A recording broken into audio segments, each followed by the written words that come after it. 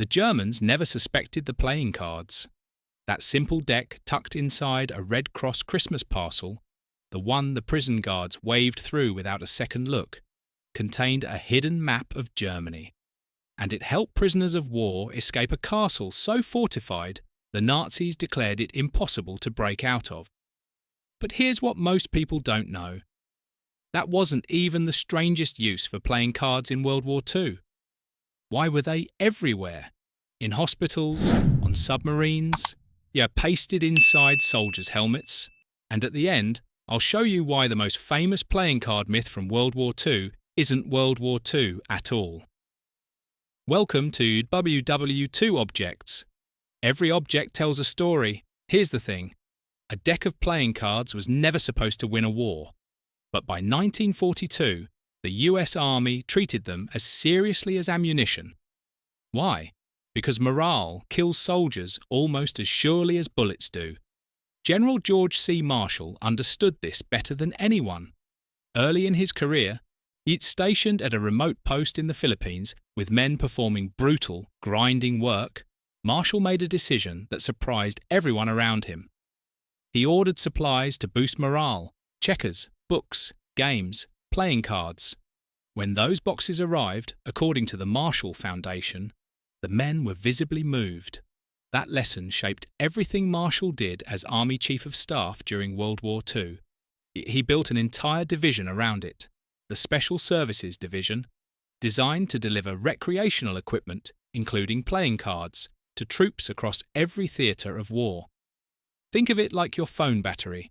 You can push through on 20%, but you perform at a fraction of your capability. Marshall knew that a soldier running on empty morale wasn't really a soldier at all. Cards were cheap, portable, and they worked. And the proof was in the numbers. With gambling authority John Scarn, hired as a consultant by Yank magazine and the US Army, estimated that American soldiers were gambling $300 million per month. Every single month. That's not a side habit. That's an obsession. Cards were everywhere. But here's the million-dollar question. Did anyone think to make them do more than just pass the time? Here's where it gets interesting and classified. The US Office of Strategic Services, precursor to the CIA, and Britain's Special Operations Executive approached the United States Playing Card Company in Norwood, Ohio, with a problem. Roughly 94,000 American soldiers were prisoners of war in Germany. Some were locked inside Colditz Castle, a 12th century stone fortress on a 250-foot cliff, 400 miles from the nearest Allied lines. The Nazis called it escape-proof. The Geneva Convention gave the Allies an opening. POWs had the right to receive Red Cross parcels, food, clothing, tobacco, games. And a standard bicycle deck looked exactly like a standard bicycle deck. Here's the engineering. Every playing card is two-ply compressed paper laminate, two thin sheets pressed together. The USPCC printed segments of a map of Germany on the inner surface, invisible until activated. When a prisoner soaked the cards in water, the plies separated. Peel them apart and you find a piece of the map. Arrange all 52 cards in order, spades, diamonds, clubs, hearts, and you have a complete escape route out of Germany. Think of it like a jigsaw puzzle hidden inside wallpaper. You can hang it on the wall for years and see nothing. But peel back the surface layer and the picture is right there, waiting. The signal was subtle, a slightly crooked cellophane seal on the box. That's all a prisoner needed to know he was holding something extraordinary. And if this failed, if a guard found the deck and grew suspicious, the cards looked identical to every other bicycle deck in every other Red Cross parcel. There was nothing to find. Remember what I mentioned at the start? We're almost there. The escape map deck helped at least 32 prisoners escape Colditz Castle. It prompted more than 316 escape attempts from that single fortress alone. Today, only 2 complete original decks survive, both at the International Spy Museum in Washington D.C. But here's what even most history channels get wrong.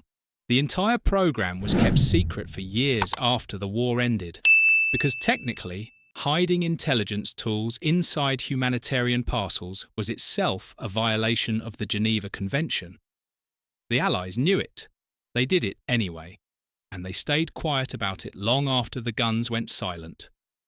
Meanwhile, back in the main camps, John Scarne's 2 million craps odds cards were being cut out and pasted inside helmets. Our card sharps were running what Scarne called a gold rush off GI pay, an estimated $75 million per month flowing from soldiers to hustlers. Scarne travelled to bases across the world giving demonstrations on how not to get cheated. And the spotter cards? Produced as early as 1942, each deck covered 52 Allied and Axis aircraft. Front view, side view, bottom view, so any soldier or civilian could identify what was flying overhead before it was too late. 3 completely different purposes, in a one object. That deck of cards sitting behind museum glass today isn't just a curiosity from another era. It's a feat of concealed engineering that fooled Nazi prison guards. It's a small, quiet act of defiance by men locked inside an impossible fortress.